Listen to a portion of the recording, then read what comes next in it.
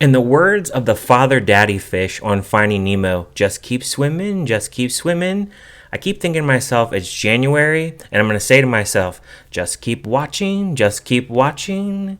Watching a lot of mediocre movies. Yep. Hey everyone, my name is Ryan, and today on the channel I'm going to be talking about a psychological drama film called Some Other Woman. The film is directed by Joel David Moore, and I've never seen any films that he's made. He's made 3 other films that I've never heard of before, and you're probably asking 2 questions actually watching this review. One, this has a similar title to The Other Woman. Is it a sequel? That would be a no. And number 2, how the hell, Ryan, did you even hear about this movie? Well, I went to go see Night Swim, and my local Regal theater actually was showing this film, and they are the only theater in all of my actual town that are actually showing this movie, and there really is no reviews for this film, and I didn't watch a trailer, and what really attracted me to this film is the cast itself. You have Ashley Greene, Amanda Crew, and Tom Felton. All 3 of those I've seen in a lot of major movies, and even a little bit smaller movies as well. The film was about Eve, played by Amanda Crew. She's married to Peter, played by Tom Felton. They live on this tropical island, and he's there for work that he does.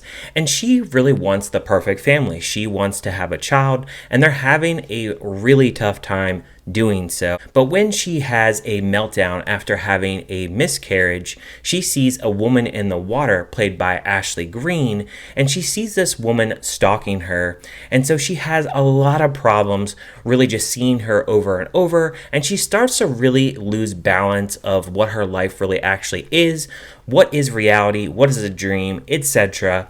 And she has a really tough time navigating that process. What I really liked about this film is Amanda Crew. I think she did an excellent job playing this character, playing a character that she's stuck on this island. She's really in love with her husband, but I also think that she's very much obsessed with wanting to try to start to have a family. And I think Tom Felton, he just kind of can take it or leave it. He's not really focusing too much on his wife. He's really focusing a lot on his work, and you can really tell with Eve's character that she's having a real rough time, especially emotionally, and just trying to get into the whole groove of having the actual perfect life that she thinks that she should actually have and should deserve.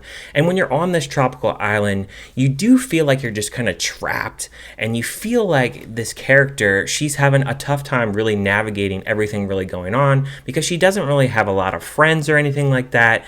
And because she's not getting what she wants, you can really start to see her character really spiral out of control. I really like the cinematography in this film. I love that it's on a tropical island. The house that they stay on is right on the beach. So who wouldn't want to live on a dream island like that on a beach and get to see the sea every single day and just get to breathe in fresh air and all that such like that? That was really cool, and I really did enjoy that. I also thought that the film, it did a pretty good job in the first half of really keeping me intrigued as to what was happening with Eve's character. Her character is pretty deep. You can tell that she wanted to be a singer and she wanted to have a really progressive kind of career, and you can see that Tom Felton is having that really nice career that she really would want as well, but you see him really focus a lot on his work and not so much his wife, and you see her mental health really spiral out of control.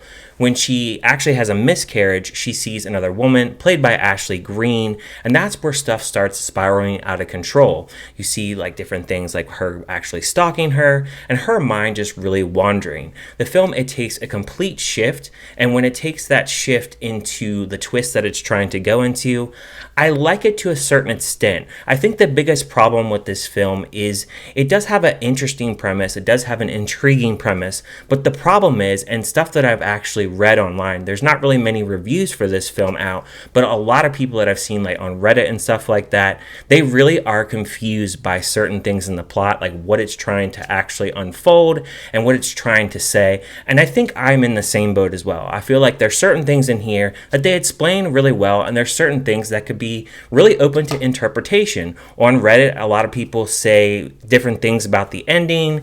I do think that the ending is very weak, and I was not really satisfied with the payoff of this film. It takes an approach of having a lot of metaphors, and I think that I actually understood some some of those metaphors, but then there were other parts of the film where I didn't really completely understand what the actual director was trying to go for. Now, I don't know if this is based on some type of book or anything like that, but it definitely felt like it was kind of unfinished in the way that it was written.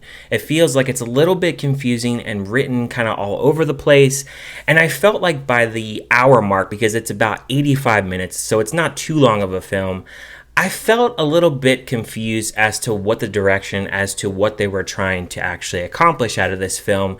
And that's why with this film, I can say that it's an okay watch, but I think it's a one-time watch. Maybe I might put it on again at some point, but I just really felt by the end that I was just a little bit too confused. And I do feel like this film would be very much split between audiences. I think some people could feel kind of bored because this is marketed as a thriller. And I would say there's not a lot of thrills in this. It's a lot of character study between Eve and then the other woman that she's seen. But I don't think that we learn a lot about that other woman. We learn like little bits and pieces. We see things where we're kind of confused as to what Eve's life actually is, certain things that she thinks she sees, and then Tom Felton, her husband, points out that's a little bit different, where I think that it's a little bit confusing in how they actually try to construct that. So unfortunately, I can't say that I really love this movie, but I was intrigued at points in this film. As far as the score for this film, I would give it a 2.5 out of 5. It's okay. I think it is a film that was on the right track, but I'm just not quite sure that it actually stuck the landing. So unfortunately, it's going to be just an okay film for me. At least it wasn't complete disaster, and like I said, it's only January, so it can only go up from here, hopefully. Right? Thank you guys for watching this review. Let me know in the comments, have you heard of this film? Is it something that you're actually intrigued to see? The cast really sold it for me. And like I said, Amanda Cruz's performance is actually pretty good in here. So I would definitely recommend to watch this film, at least to see her performance, and maybe give it like a stream maybe. I think this is a perfect streaming movie, especially like if it's a rainy day or something like that. It has a little bit of thrill aspect, but I think that the thrill aspect just wasn't completely there to have it much of a thriller, I would say. It's kind of a light thriller, I would say. But thank you guys for watching, and I will see you guys on my next review.